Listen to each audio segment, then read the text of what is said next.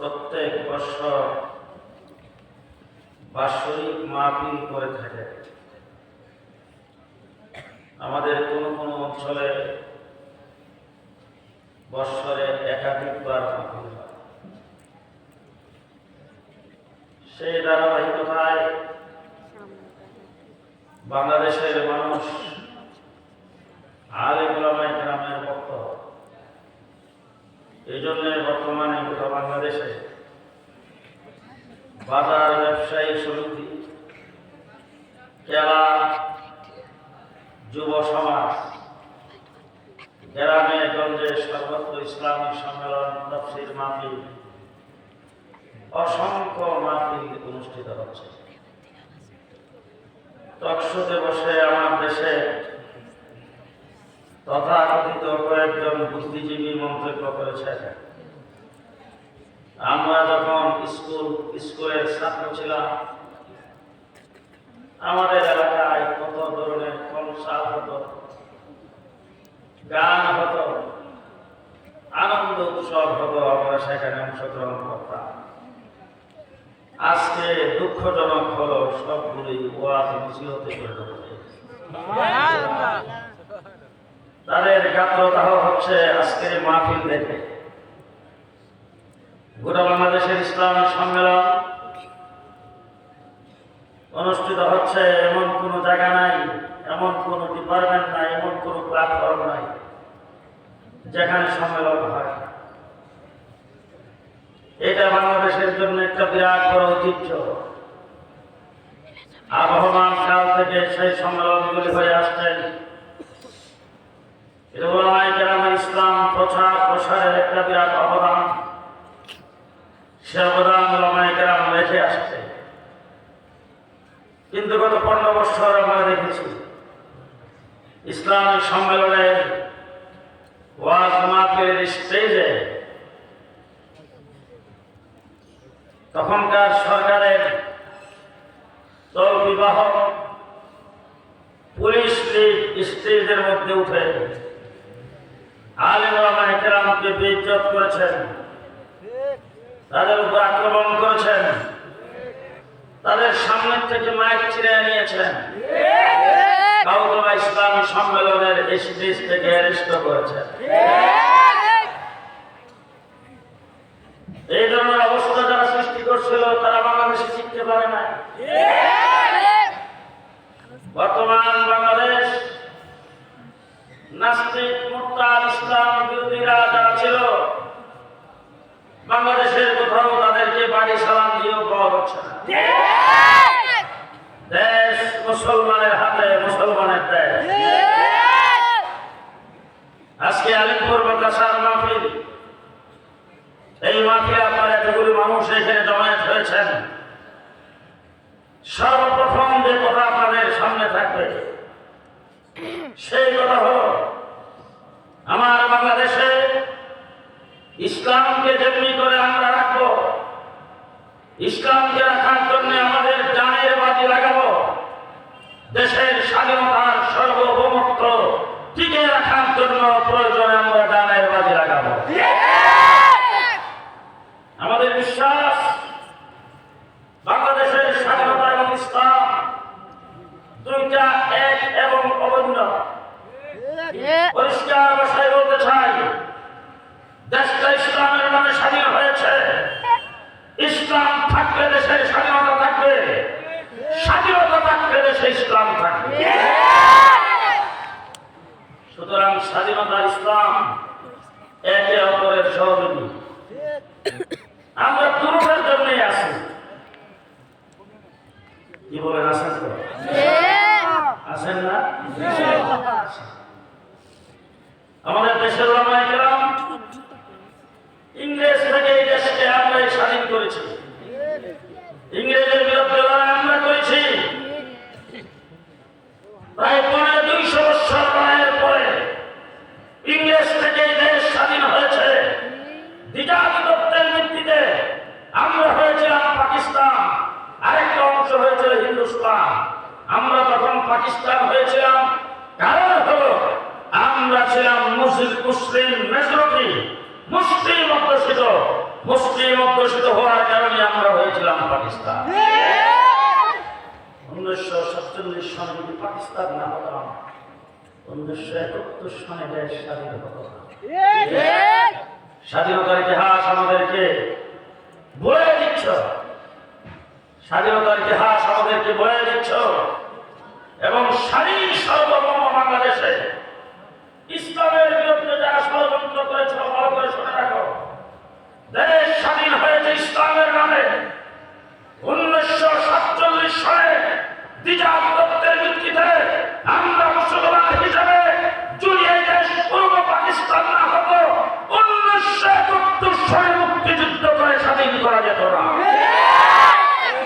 তার প্রমাণ যদি দেখতে চাও, ভারতের কাশ্মীরের দিকে তাকাও। 70 বছর পর্যন্ত কাশ্মীর লড়াই করতেছে, হয়েছে কি স্বাধীন? হয়েছে স্বাধীন? আসাম 40 বছর যাবৎ স্বাধীনতা আন্দোলন করতেছে, স্বাধীন হয়নি। আমরা যদি মুসলিম মেজরিটি হওয়ার কারণে পূর্ব পাকিস্তান না হতাম, আমরা 70 বছর লড়াই করে দেশ স্বাধীন করতে পারতাম না। তাহলে আমাদের স্বাধীনতার মূলে কি? ইসলাম। দ্বিতীয় নম্বর, কি জন্য দেশ স্বাধীন হলো? মুক্তিযুদ্ধ কোথায় থেকে আসলো? আজকে মুক্তিযুদ্ধের চেতনার কথা বলে দিনের ভোট হাতে করে যারা 15 বছর ক্ষমতায় রয়েছ, মুক্তিযুদ্ধের চেতনা নয়, মুক্তিযুদ্ধের সাথে তোমরা গাদ্দারি করেছ, মুক্তিযুদ্ধের সাথে তোমরা কুটাঘাত করেছ। ইতিহাস আমাদের কাছ থেকে শুনতে হবে। 1970 নির্বাচন হলো, নির্বাচনে আওয়ামী লীগ নির্বাচন করেছেন। সেই নির্বাচনে ইশতেহারে ছিল ইসলামের বিরুদ্ধে কোন আইন করতে কাউকে দেওয়া হবে না। নির্বাচনে ইশতেহারে ঘোষণা করেছে ইসলামের বিরুদ্ধে কোন আইন করা হবে না, ইসলামের বিরুদ্ধে কোন আইন করতে কাউকে দেওয়া হবে না। এই কথা বলে সুষ্ঠু নির্বাচন করে নিরঙ্কুশ সংখ্যাগরিষ্ঠতা পাওয়ার পরে পশ্চিম পাকিস্তানিরা যখন অধিকারের উপর হস্তক্ষেপ করেছে, শেখ মুজিবুর রহমান এবং আওয়ামী লীগকে ক্ষমতা হস্তান্তর তাদের হাতে করে নাই, তারপরে মুক্তিযুদ্ধ হয়েছে। তাহলে বলেন তো দেখি, 70 নির্বাচনের পরে ফাঁস করার পরে যদি এই কারণে মুক্তিযুদ্ধ হয়ে থাকে, নির্বাচন করছি কোন নামে? ইসলামের বিরুদ্ধে কোনো আইন কাউকে করতে দেওয়া হবে না, ইসলামের বিরুদ্ধে কোনো আইন করবো না। তাহলে ইসলামের কথা বলেই তখন ভোট নিয়েছিলাম, ইসলামের কথা বলেই তখন ফাঁস করেছিলাম। আর সেই ফাঁস করার পরে যখন আমাদেরকে অধিকার থেকে বঞ্চিত করেছে, তখন আমরা অস্ত্র ধরে দেশ স্বাধীন করেছি। পরিষ্কার ভাষায় বলতে চাই, ভালো করে কথা বলে মনে রাখবেন, 1970 নির্বাচনের পরে 71 দেশ স্বাধীন হয়েছে। 6 দফার ভিত্তিতে 6 দফার কোথাও বাংলাদেশের মানুষকে নির্বাচনের সময়, মুক্তিযুদ্ধের সময় এই কথা বলা হয় নাই, দেশ স্বাধীন হয়ে দেশটা হবে ধর্মনিরপেক্ষ বাংলাদেশ। আজকে যারা এখানে এসেছেন, যারা আসে নাই, সকলের প্রতি উদাত্ত আহ্বান জানাতে চাই, কথাগুলি উদার থাকবে। মুক্তিযুদ্ধ করেছি দেশ ধর্মনিরপেক্ষ হওয়ার জন্য, রক্ত দিয়েছি দেশ ধর্মনিরপেক্ষ হওয়ার জন্য নয়। 70 নির্বাচন হয়েছে দেশ ধর্মনিরপেক্ষ হওয়ার জন্য নয়। শেখ মুজিবুর রহমান ভাইয়ের সাহেব থেকে শুরু করে যারা মুক্তিযুদ্ধের সনদ বর্ণনা করেছেন, যারা মুক্তিযুদ্ধের স্লোগান দিয়েছেন, মুক্তিযুদ্ধের যারা সংগঠক ছিলেন, ধর্মনিরপেক্ষ একটি শব্দ তারা কোনোদিন উচ্চারণ করে না।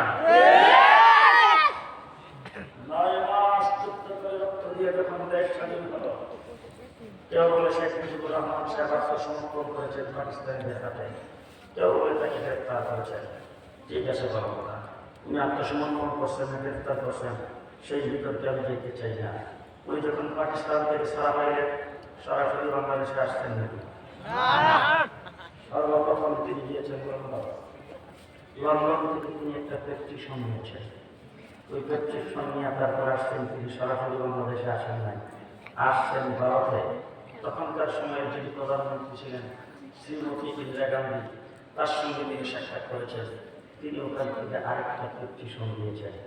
সেই পিটিশন নিয়ে এসে বাংলাদেশে নামছেন, নামার পরে ৭২ সংবিধান তৈরি করেছেন।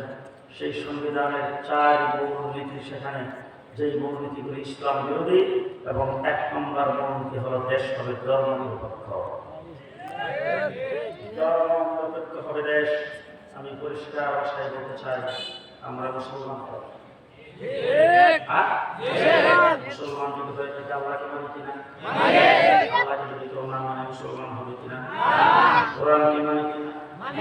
কোরআনকে যদি কেউ না মানে মুসলমান হবে কিনা? আল্লাহ রাসূলকে মানে কিনা? আল্লাহ রাসূলকে যদি কেউ না মানে মুসলমান হবে কিনা? যদি তাই হয়ে থাকে তাহলে পরিষ্কার ভাষায় আসেন। কোরআন শরীফে আল্লাহ পরিষ্কার ভাষায় বলেছেন, মুসলমানদেরকে উদ্দেশ্য করে, মুসলমানদেরকে যদি আল্লাহ পাক রাজত্ব দান করেন, কোথাও কোনো রাজত্ব যদি মুসলমানেরা পায়, মুসলমানেরা সর্বপ্রথমে 4টা কাজ করবে। 1 নম্বর কাজ হলো নামাজ কায়েম করবে, 2 নম্বর কাজ হলো যাকাত আদায়ের ব্যবস্থা করবে, 3 নম্বর কাজ হলো সৎ কাজের আদেশ করবে, 4 নম্বরের কাজ হলো অসৎ কাজ থেকে মানুষকে নিষেধ করবে। মুসলমান যদি কোথাও রাজত্ব পায়, আজকে মাদ্রাসার ছাত্র আলেম ওলামায়ে কেরাম ভালো করে শুনে রাখো, যুব সমাজ যারা গত জুলাই আগস্টে আন্দোলন করেছ, সংগ্রাম করেছ, ভালো করে শুনে রাখো, দেশ কি জন্য স্বাধীন হয়েছে, দেশের অবস্থা কি, মুসলমান হয়ে তোমাকে কি করতে হবে। পরিষ্কার ভাষায় বলতে চাই, কোন মুসলমান ধর্ম নিরপেক্ষ হতে পারে না, কোন মুসলমান ধর্ম নিরপেক্ষতার স্লোগান দিতে পারে না। মুসলমান ধর্ম নিরপেক্ষ হলে সেই ব্যক্তি ধার্মিক থাকতে পারে না, ইমানদার থাকতে পারে না। মুসলমান যদি হয়ে থাকো, মাথায় টুপি বেঁধে হাতে তসবি নিয়ে শপথ বাক্য যদি ভাগ করে থাকো, মুসলমান বলে যদি দাবি করে থাকো, তোমার জন্য আল্লাহ নির্ধারিত কাজ হলো 4টা। এই 4 কাজের বাহিরে তুমি কিছুই করতে পারো না। 1 নম্বর কাজ হলো নামাজ কায়েম করো। যদি মুসলমানের জন্য গ্রহণ করে থাকো, তাহলে 5 ওয়াক্ত নামাজ তোমার জন্য বাধ্যতামূলক। তুমি রাষ্ট্রীয় ব্যবস্থায় তোমাকে নামাজের ইন্তজাম করতে হবে। 460টা মসজিদ বানিয়ে দিলে হবে না, মসজিদ বানিয়ে দিলে হবে না, তোমার জন্য নামাজের ব্যবস্থা করতে হবে। কি ব্যবস্থা? তোমাকে নামাজের টাইমে বিরতি ঘোষণা করতে হবে। দোকানপাট, অফিস, আদালত, যাবতীয় সবকিছু নামাজের টাইমে এত রাত থেকে এত রাত পর্যন্ত সম্পূর্ণ বিরতি থাকবে। সমস্ত মুসলমান দোকান থেকে বের হয়ে যেতে হবে, সমস্ত মুসলমান অফিস আদালত থেকে বের হয়ে যেতে হবে। নামাজের টাইমে নামাজের মধ্যে সকলে হাজির হইতে হবে। রাষ্ট্রের দায়িত্ব হলো আমাদের সম্পূর্ণ ব্যবস্থা করা। ইমাম আযম আবু হানিফা রাহমাতুল্লাহি আলাইহি হলো, কোন ব্যক্তি যদি রাষ্ট্রীয় ব্যবস্থার পরে সেই ব্যক্তি যদি নামাজ আদায় না করে, নামাজের মধ্যে থাকি যায়, তাকে অ্যারেস্ট করে তাকে জেলখানার ভিতরে নিয়ে যাও, নিয়ে আসাকে নামাজের তালিম দাও, নামাজের গুরুত্ব বুঝাও, তারপরে তাকে নামাজ পড়তে দাও। 5 ওয়াক্ত নামাজ সেখানে পড়ে অভ্যস্ত করো, জামাতের সাথে তকবীরুল্লাহর সাথে নামাজ পড়ে অভ্যস্ত করো। কিছুদিন পরে যখন সে বাবা করে অঙ্গীকার করবে যে আর নামাজ ছাড়বো না, তখন তাকে ছেড়ে দাও। ছেড়ে দেওয়ার পরে তার প্রতি আবার দৃষ্টি রাখো। এরপর যদি সেই আবার যদি নামাজে ফাঁকি দিয়ে আবার তাকে অ্যারেস্ট করো।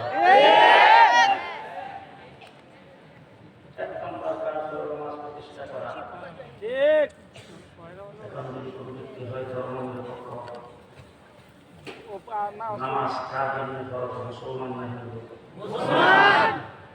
মুসলমান না খ্রিস্টান? নামাজ কাদের উপর ফরজ? মুসলমানদের উপর ফরজ। এখন আপনি যদি মুসলমানই না হয়, তুমি ধর্ম নিরপেক্ষ ওই বলি নামাজ জি হবে না, ধর্ম নিরপেক্ষ হবে। আমার জন্য আবার কিসের নামাজ? ধর্ম নিরপেক্ষ কোনো মুসলমান হতে পারে না। মুসলমানদের সমস্ত কাজ হবে ধর্মের ভিত্তিতে। মুসলমানদের মাথার চুল হাতে পায়ের নখ পর্যন্ত ধর্মের ভিত্তিতে কাটতে হবে। মুসলমানদের চলাফেরা হবে ধর্মের ভিত্তিতে। মুসলমানদের উযু হবে ধর্মের ভিত্তিতে। মুসলমানদের হাত ধোয়া মুখ হবে ধর্মের ভিত্তিতে। মুসলমানদের হাঁটা হবে ধর্মের ভিত্তিতে। মুসলমানদের উঠা বসা হবে ধর্মের ভিত্তিতে। মুসলমানদের কথা বলা হবে ধর্মের ভিত্তিতে। মুসলমানের বক্তৃতা হবে ধর্মের ভিত্তিতে। মুসলমানদের লেখনী হবে ধর্মের ভিত্তিতে। মুসলমানের বিবৃতি হবে ধর্মের ভিত্তিতে। মুসলমানদের নসিহত হবে ধর্মের ভিত্তিতে। মুসলমানদের যাবতীয় কাজকর্ম 24 ঘন্টা প্রতি সবটাই হইতে হবে ধর্মের ভিত্তিতে। মুসলমানদের 1 নম্বর কাজ হলো দুই নম্বর কাজ হলো মানুষের যাদের মাল আছে সেই মাল সম্পদওয়ালা মানুষদের হিসাব করে বের করে যাকাত দিয়ে আদায়ের ব্যবস্থা করা, যাকাত আদায়ের ব্যবস্থা করা। তিন নম্বর কাজ হলো সৎ কাজের আদেশ করা, অনুলিপ্ত কাজ ও অসৎ কাজ যদি হয়ে থাকে সে অসৎ কাজ থেকে মানুষকে বিরত করা। এই চারটা কাজ মুসলমান যদি রাজত্ব পায় তাইলে করবে। আজকে ধর্ম নিরপেক্ষতার নামে বাংলাদেশে যত অসৎ কাজ আছে সমস্ত কাজগুলিকে বৈধতা দেওয়া হয়েছে। নাস্তিকার হত্যা বাংলাদেশে মাথা চারা দিয়ে উঠছেন। মুহাম্মদুর রাসূলুল্লাহ সাল্লাল্লাহু আলাইহি ওয়াসাল্লামকে যে ভাষায় গালিগালাজ করেছে আবু জেহেলও সেই ভাষায় গালি দেয় নাই। আজকে ধর্ম নিরপেক্ষ স্লোগান দিয়ে বাংলাদেশে যে কোনো ধর্ম, যে কোনো মতবাদ, যে কোনো কিছু সবগুলো বাংলাদেশে চলতে পারে, কারণ ধর্ম নিরপেক্ষ। এখানে একক কোনো ধর্মের স্লোগান চলবে না, একক কোনো ধর্মের কাজকর্ম চলবে না। এই জন্য স্লোগান দেওয়া হয়েছে ধর্ম যার যার, উৎসব সবার। আমি একজন মুসলমান, দুর্গা পূজা, কালী পূজা সেটাও আমার উৎসব, আমি সেখানে যাইতে পারি, আমার জন্য কোনো বাধা নাই। তাই আমি জিজ্ঞেস করতে চাই, আমি মুসলমান হইয়া ক্ষমতায় যাইয়া প্রশাসনে যাইয়া আমি স্লোগান দিলাম ধর্ম যার যার, উৎসব সবার, সেই কথা বলে আমি মুসলমানের লেবাস লাগাইয়া মুসলমান দাবি করে আমি হিন্দুদের অনুষ্ঠানে গেলাম, কিন্তু আজ পর্যন্ত কোন হিন্দু, বুদ্ধ, খ্রিস্টান মুসলমানের কোন অনুষ্ঠানে কেন আসলো না? আমার ঈদে কোনদিন কোনো হিন্দু আসছে বরং আমি বক্তৃতা দেওয়ার সময় বলছি ঈদ উল আজহার জানাজার নামাজ। আমি বক্তৃতা করার সময় বলছি ঈদ উল আজহার জানাজার নামাজ, কিন্তু কোথায় কোনো হিন্দু আমার কোরবানিতে আসে নাই। আপনার এলাকার যদি কোনো ব্যক্তি যদি এমপি হয়, কোনো ব্যক্তি যদি উপজেলা চেয়ারম্যান হয়, কোনো ব্যক্তি যদি এলাকার লিডার হয়, সেই ব্যক্তি যদি হিন্দু থাকে, আমার বাংলাদেশের অনেক এলাকার নাম আমি বলতে পারবো যেখানকার এমপি হয়েছে, তারপর মন্ত্রী হয়েছে হিন্দু, খ্রিস্টান। যেমন ময়মনসিংহের হালুয়াগা, সেখানকার এমপি হয়েছে প্রমোদ মার্কিন খ্রিস্টান, শেষ পর্যন্ত মন্ত্রী হয়েছে সুনামগঞ্জের দিরাই, সেই জায়গার ভিতরে সুরঞ্জিত সেন দত্ত বারবার এমপি হয়েছে, তারপরে ক্যাবিনেট মন্ত্রী হয়েছে, কিন্তু আজ পর্যন্ত কোনোদিন শুনি নাই, কেউ পেশ করতে পারবে না সুরঞ্জিত বাবু নিরঙ্কুশ সংখ্যাগরিষ্ঠতা পেয়ে সেখান থেকে যে এমপি হলো, মুসলমানদের হাজার হাজার নয় লক্ষ লক্ষ বুক চার বাক্সে গেল, কিন্তু আজ পর্যন্ত কোনোদিন কোনো কোরবানির সময় সুরঞ্জিত বাবু একথা বলে নাই মুসলমানরা তোমরা আমাকে বুক দিয়েছ, এই জন্য নাও তোমাদের জন্য 10টা গরু দিয়ে দিলাম তোমরা কোরবানি করার জন্য।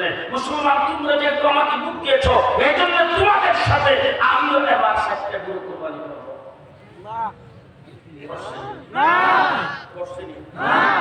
তুমি মুসলমান হয়ে হিন্দুদের অনুষ্ঠানে যাইয়া স্লোগান দিয়া ধর্ম যার যার, উৎসব সবাই।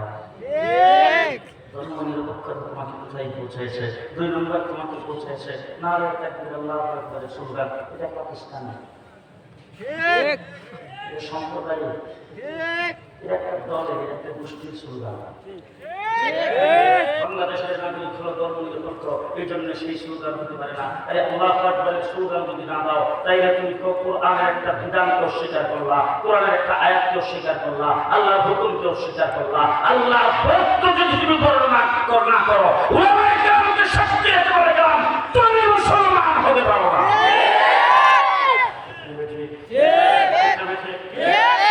বাংলাদেশ 93% মুসলমানের দেশে ধর্ম নিরপেক্ষ বলে কিছু থাকতে পারে না। জানি ভালো থাকে দেখবেন কেউ যদি কথা না কহে কাউয়া কাদের করে ধর্ম নিরপেক্ষ বলে বাংলাদেশ হতে পারে না। সব ইসলামের ভিত্তিতে মুসলমানের দেশ। কিনা বলে এই ধর্ম নিরপেক্ষতার অভিশাপ থেকে আমাদেরকে মুক্ত হতে হবে, স্বাধীন দেশে ইসলাম প্রতিষ্ঠা করতে হবে। রাজি আছেন তো? 54 বছর হয়েছে, 54 বছর। ইসলাম সাহেব এই সমস্ত লোকেরা বাংলাদেশে তাদের মাদ্রাসা প্রতিষ্ঠা করেছেন, মসজিদে ওয়াজ নসিহত করেছেন, মানুষদেরকে মুরিদ করেছেন, খানকানে মানুষকে তালিম দিয়েছেন। হাজার হাজার মানুষ তাদের মাধ্যমে তওবা করে ভালো মানুষের পরিণত হয়েছে, অস্বীকার করার বিষয় না। কিন্তু 54 বছর পর্যন্ত ইসলাম রাষ্ট্রীয়ভাবে কায়েম হয় নাই। ইসলামের বিরুদ্ধে আইন হয়েছে, ইসলামের বিরুদ্ধে বিভিন্ন প্রকারের জিনিসপত্র আবিষ্কার হয়েছে, ইসলামের বিরুদ্ধে অনেক ধরনের কাজকর্ম হয়েছে। সেইগুলির জন্য আমরা রাস্তাঘাটে শুধু স্লোগান দিতে পেরেছি, এরপরে কার্যকর কোনো ব্যবস্থা গ্রহণ করতে পারি নাই। 54 বছরের ভিতরে যারা ক্ষমতায় ছিল তাদের মধ্যে বাইতুল মুকাররমের প্রতি ওবায়দুল হক একদিনের জন্য দেশের প্রেসিডেন্ট ছিল না। মুফতি ফজলুল হক কামিনী একদিনের জন্য স্বরাষ্ট্রমন্ত্রী ছিল না। শাইখুল হাদিস আল্লামা আজিজুল হক একদিনের জন্য পররাষ্ট্রমন্ত্রী ছিল না। রাষ্ট্র তোমরাই পরিচালনা করেছ। আওয়ামী লীগ ক্ষমতায় ছিল, আওয়ামী লীগ ক্ষমতা থেকে যাওয়ার পরে আসছে বিএনপি এসে স্লোগান দিচ্ছে আওয়ামী লীগ হলো টাকায়। আবার বিএনপি ক্ষমতা থেকে যাওয়ার পরে আসছে আওয়ামী লীগ এসে স্লোগান দিচ্ছে বিএনপি চোর। আর বিএনপি আওয়ামী লীগ দুটারে হটায়া আপনাদের উত্তরবঙ্গের সব জায়গায় বলছেন দুটাই চোর আর টাকায়। তোমরা একদল আরেকদলকে চোর আর টাকায় বলেছ। আজকে পর্যন্ত 54 বছরের ভিতরে বাংলাদেশের কোন একজন আলেমকে কেউ চোর আর টাকায় বলতে পারবে না। টাকা কোথাও পাচার করেছেন বলতে পারবে না। একজন আলেম সম্পর্কে কোন প্রকারের দুর্নীতিতে লিপ্ত কেউ বলতে পারবে না। তোমাদের রাজনীতি চলছে, তোমরা যখন মসজিদে কোন একজন আলেম খুতবা দেয়, মিম্বরে বসে যদি রাজনীতির কোন কথাবার্তা বলে, কোরআন হাদিসের রাজনীতির কথা বলে, কোরআন হাদিসের যুক্তিতে সিয়াসতের কথা বলে, তখন তুমি মসজিদ কমিটির লোক, তখন তুমি মসজিদের মুসল্লি, সেখানে তারা ইমাম সাহেবকে বাধা দাও। ইমাম সাহেব মসজিদের মিম্বরে, মসজিদের মেহরাবে আপনি রাজনীতি করবেন না। পরিষ্কার ভাষায় বলতে চাই, মসজিদের ইমাম হলো এই এলাকার নেতা, মসজিদের ইমাম হলো সমাজের সবচেয়ে ভালো মানুষ, মসজিদের ইমাম হলো মুহাম্মদুর রাসূলুল্লাহ সাল্লাল্লাহু আলাইহি ওয়াসাল্লামের ওয়ারিস, মসজিদের ইমাম হলো রাষ্ট্র যারা সফলভাবে চালাচ্ছেন, হযরত আবু বকর সিদ্দিক, হযরত উমর, হযরত উসমান, হযরত আলী রাদিয়াল্লাহু তাআলা আনহুম, এই সমস্ত সাহাবায়ে কেরামের উত্তরসূরি। মসজিদের ইমাম রাজনীতি করতে পারবে না, পারবে রাজনীতি করতে চুর ডাকাতের গুন্ডা বদমাইশেরা। রাজনীতি করেছ, সেই রাজনীতির মাধ্যমে দেখা গেছে কেউ বাদ গেছে, বর্ডারের কাছে যাওয়ার পরে ধরা গেছে, তার বেদির ভিতরে 70 লাখ। তাকে ধরতে বাসায় গেছে, তার বাসার ভিতরের গর্তের ভিতরে 400 কোটি। প্রত্যেকটাকে ধরা হইতেছে, একটা ধরতেছে, তার বাসা তল্লাশি করে লক্ষ লক্ষ টাকা পয়সা বের হচ্ছে। এরপরে বিদেশের টাকা পয়সা চালান করে দেশটাকে দুর্নীতি পরিণত করেছে, লুটপাট করেছে। 15 বছর লুটপাট করে দেশের গড়না বাজাইছ, দেশটাকে ভারতের কাছে বিক্রি করে দেওয়ার জন্য, দেশের প্রতিরক্ষাকে ধ্বংস করার জন্য 57 জন আর্মি অফিসারকে এক রাত্রে পাখির মতো গুলি করে হত্যা করেছ। শুধু তাই না, শাপলা চত্বরে দেশ থেকে ইসলামকে বিদায় করার জন্য, আলেমকে খতম করে দেওয়ার জন্য শাপলা চত্বরে 1,54,000 কোটি আলেমদের বুকের উপর চালাইছে।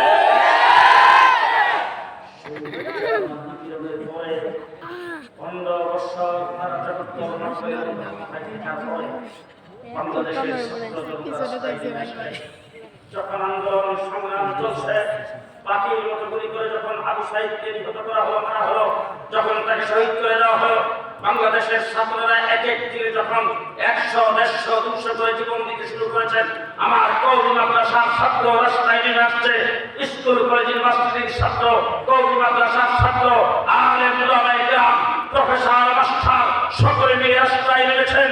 মুখর মুখর স্লোগান চলছে, আন্দোলনের কর্মসূচি চলছে।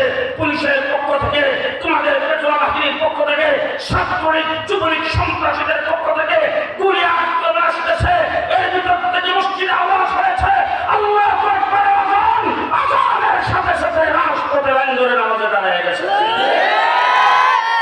আন্দোলন সংগ্রামের ভিতরে যারা আল্লাহকে ভুলে নাই, যখন আল্লাহ দরবার হাজিরে দেওয়া দরকার সেখানে হাজিরা দিয়েছেন, আল্লাহ দরবার হাত উত্তোলন করে সাহায্য চেয়েছেন। যখন হাসিনা কঠোর হয়েছে, হেলিকপ্টার মধ্যে যখন তিনি ভাবছেন, বাগার সাথে সাথে গণভবনে ঢুকছেন, সচিবালয়ে ঢুকছেন যে সংসদ ভবনে, সেখানে আপনারা দৃশ্য দেখেছেন। আমার স্কুল কলেজ ইউনিভার্সিটির ছাত্রীরা যারা আন্দোলনের ময়দানে ছিলেন, স্কুল কলেজ ইউনিভার্সিটির ছাত্ররা যারা আন্দোলনের ময়দানে ছিলেন, সেই গণভবনের মাঠে যায় আল্লাহু আকবার বলে নামাজে দাঁড়িয়ে গেছেন। 2 রাকাত শুকরানা নামাজ আদায় করে আল্লাহর দরবারে হাত উত্তোলন করেছেন। যাদের আন্দোলন সংগ্রামের ভিতরে আল্লাহকে স্মরণ করতে ভুলে নাই, নামাজ পড়তে ভুলে নাই, সেই গণজোয়ার আগস্টের বিপ্লবে যারা এই দেশ থেকে পতন হয়েছে, গোটা বিশ্বের কোনো দেশের ইতিহাস নাই। অনেক পতন আমরা শুনেছি, অনেক পতন দেখেছি, সরকারের পতন দেখেছি, সরকার দেশ থেকে বাড়ছে, সরকারের পতন দেখেছি, সরকার পদত্যাগ করেছে, তারপরে সাথে সাথে অ্যারেস্ট হইয়া জেলখানার ভিতরে কাটাইছেন। অনেক ধরনের পতন দেখেছি, কিন্তু এরকম পতন গোটা পৃথিবীতে কোথাও হয় নাই। 340 জন এমপি একটাও বাড়িতে নাই, ঘরে নাই, সব ঘুরে বাড়ছে। শুধু তাই না, তৃণমূল পর্যায় পর্যন্ত কোন কর্মী, কোন সমর্থক নাই, তাদের পক্ষে কেউ শব্দ করার কেউ নাই।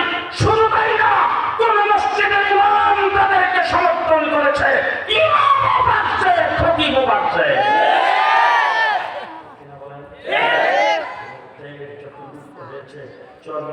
ইতিহাস হলো সর্বপ্রথম শেখ মুজিবের সোনার বাংলা, এরপরে আরেকজন হিসেবে হচ্ছে সবুজ বাংলা, কিছুদিন পরে এরশাদ চাচা হিসেবে হচ্ছেন নতুন বাংলা। শেখ হাসিনা এসে সর্বপ্রথম ঘোষণা দিয়েছেন মডার্ন বাংলাদেশ, তারপরে বলছেন আধুনিক বাংলাদেশ, কিছুদিন পরে বলে ডিজিটাল বাংলাদেশ, তারপরে তত্ত্বাবধায়ক উদ্বোধনের সময় বলেছেন স্মার্ট বাংলাদেশ। ভীষণ 41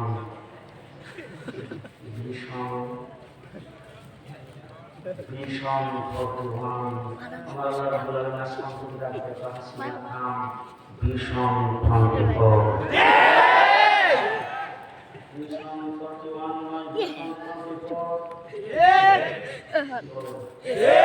কি হলো ভীষণ 24 41 পর্যন্ত দেখতে হবে ভীষণ 24 আল্লাহ তাআলা ছাত্রদেরকে আলামী হিসেবে কবুল করেছেন, তাদেরকে শাস্ত্রী নামে দিয়েছেন। ছাত্রদের নেতৃত্বে গোটা বাংলাদেশের সর্বস্তরের মানুষ, সর্বশ্রেণীর মানুষ ঐক্যবদ্ধ হয়ে রাস্তায় যখন নেমে আসছে, গুলি আসতেছে, তারপর পেছনের দিকে যাই নাই, কেউ ঘুরতেই নাই, সব সামনের দিকে আসতে শুরু করেছেন।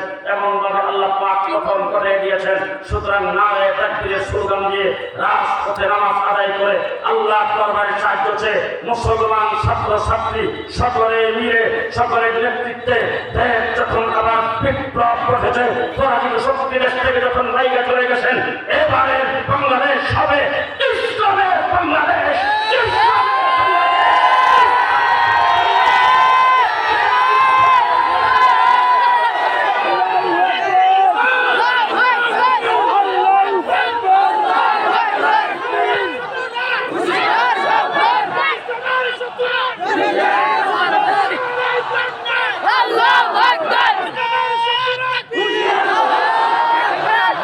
ইসলামের বাংলাদেশ প্রতিষ্ঠার জন্য যদি আবার চলে যাইতে হয়,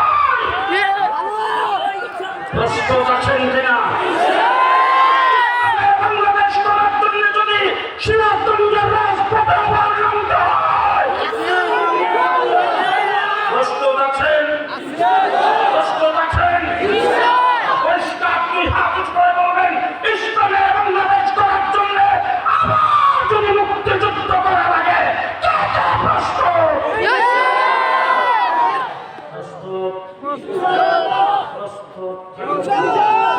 যুব সমাজকে বলবো, জাগো জাগো, বাংলাদেশে ইসলাম থাকবে, আমরা থাকবো, ইসলাম থাকবে না, একদিনের জন্য থাকবো না।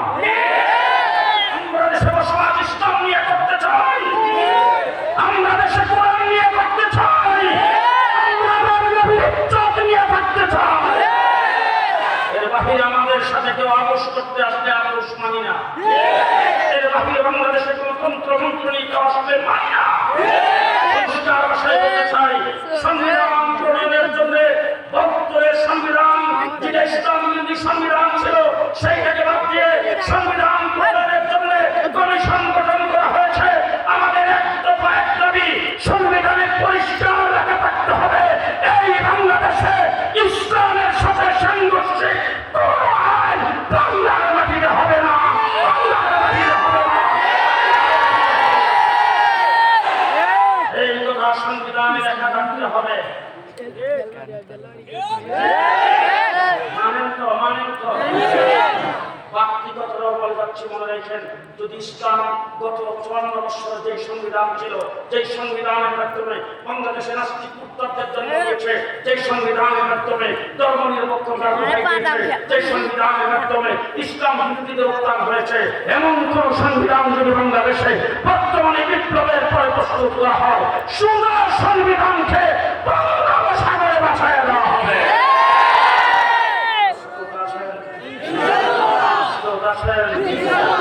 শেষ কথা আপনাদেরকে বলবো, বাংলাদেশ নিকটতর মতান মুসলমানের দেশ। স্কুল কলেজ ইউনিভার্সিটি 1 ক্লাস থেকে শুরু করে ইউনিভার্সিটি লেভেল পর্যন্ত সর্বস্তরে ধর্মীয় শিক্ষা বাধ্যতামূলক হইতে হবে। দেখি কে কে রাজি আছেন, হাবিয়ে দেখান। সর্বস্তরে ধর্মীয় শিক্ষা বাধ্যতামূলক হইতে হবে। এর সারা শিক্ষা নীতি আজকে প্রণয়ন করার জন্য কমিশন গঠন করা হয়েছে। যদি আবার কুদরতে খোদা শিক্ষা নীতি আমাদের উপর চাপিয়ে দেওয়া হয়, আবার যদি ইসলাম বিরোধী কোন শব্দের মাধ্যমে শিক্ষা নীতি প্রণয়ন করা হয়, রাজপথ অচল করে দেওয়া হবে।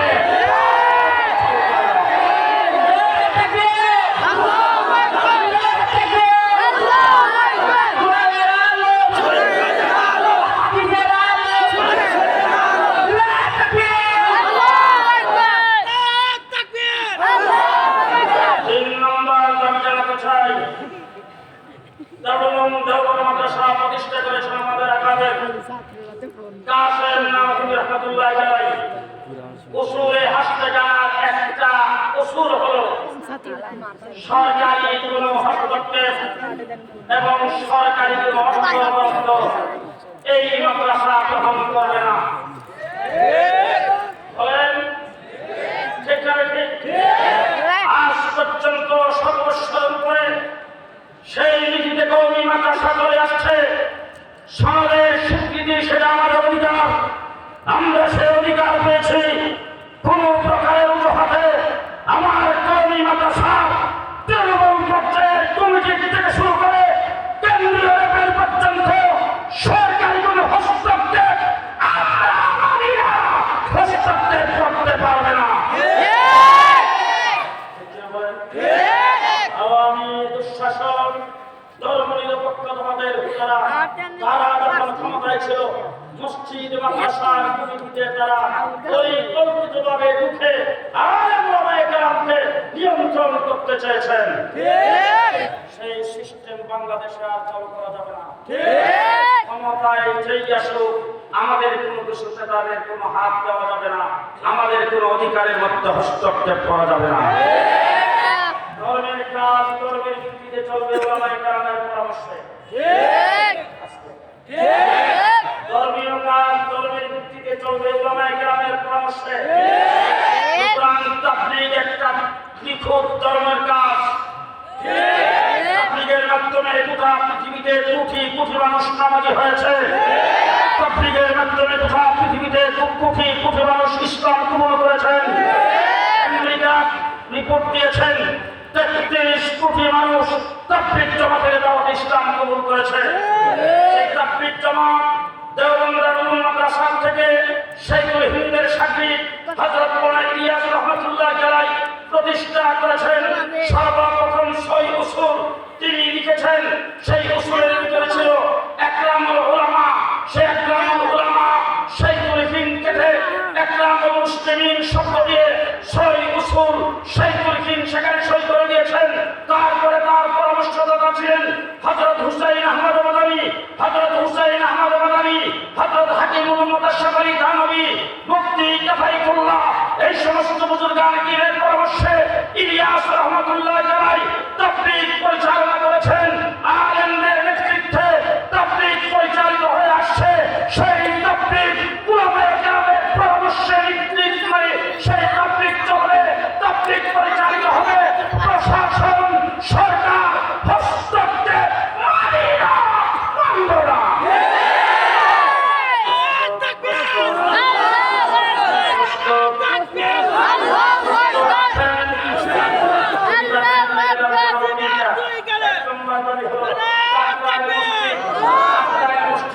তাবলীগের মার্কাজ, কাকরাইল মসজিদ তাবলীগের মার্কাজ। উলামারা নির্ধারণ করেছেন করেছেন শামসুল হক ফরিদপুরি রহমাতুল্লাহ আলাইহি, হযরত হাফিজ হুজুর ব্রাহ্মণবাড়িয়ার ফখরে বাংলার হযরত মাওলানা আব্দুল আজিজ সাহেব আমির বানায়া কাকরাই মসজিদ সেখানে তাবলীগের মাদ্রাসা হিসেবে নির্ধারণ করে উলামায়ে কেরামের নেতৃত্বে চলে আসছে। আজকে যারা টঙ্গীর মাঠে কাকরাই মসজিদে আক্রমণ করে সন্ত্রাসী কায়দায় আমাদের লোকজনকে হত্যা করেছে, তারা কোনদিন কাকরাই মসজিদে ঢুকতে পারবে না, তাদের সেবা টঙ্গীর মাঠে হবে না।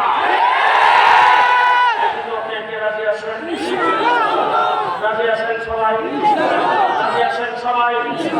আমাদের দাবি পরিষ্কার, সাহেব সাহেব নাম করত, তিনি বাড়তে থাকুক, সে আমাদের জানে না, বাকি জানে না, বাকি জানে না, তার সঙ্গে আমাদের প্রাণের কোনো কাজ নাই, তার সঙ্গে আমাদের বংশের কোনো সম্পর্ক নেই, ব্যক্তিগত কোনো আক্রোশ নাই, ব্যক্তিগত কোনো খাতিরও নাই।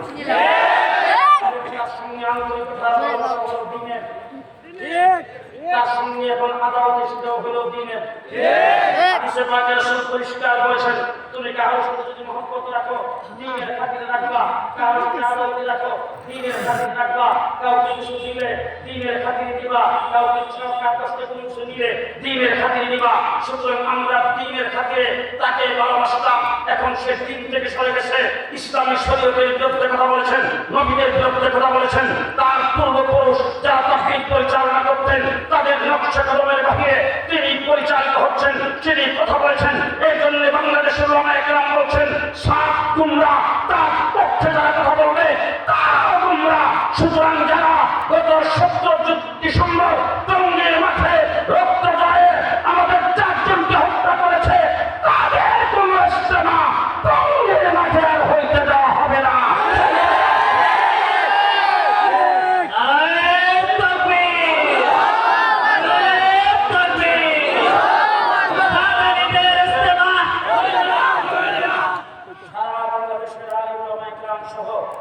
প্রকৃত দিনদার, প্রকৃত তাবলীগী ভাইরা এই দাবিতে একমত, ঐক্যবদ্ধ। এই জিনিসটা বুঝাইবার জন্য, দেখাইবার জন্য বাংলাদেশের জেলা উপজেলায় আগামীকাল বিক্ষোভ মিছিলের ঘোষণা করেছেন। আপনারা প্রস্তুত? মিছিল অংশগ্রহণ করবেন? أبشر المؤمنين بارك الله لنا ولكم في القرآن العظيم الحمد لله رب العالمين